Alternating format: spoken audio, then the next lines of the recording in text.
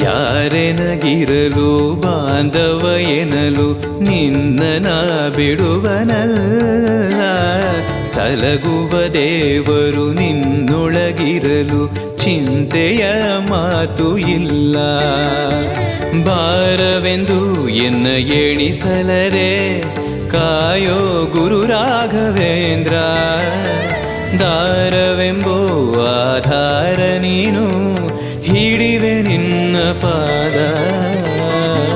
ಪೂಜ್ಯಾಯ ರಾಘವೇಂದ್ರಾಯ ಸತ್ಯಧರ್ಮರತಾಯ ಚ ಭಜತಾಂ ಕಲ್ಪವೃಕ್ಷಾಯ ನಮತಾಂ ಕಾಮಧೇನವೇ.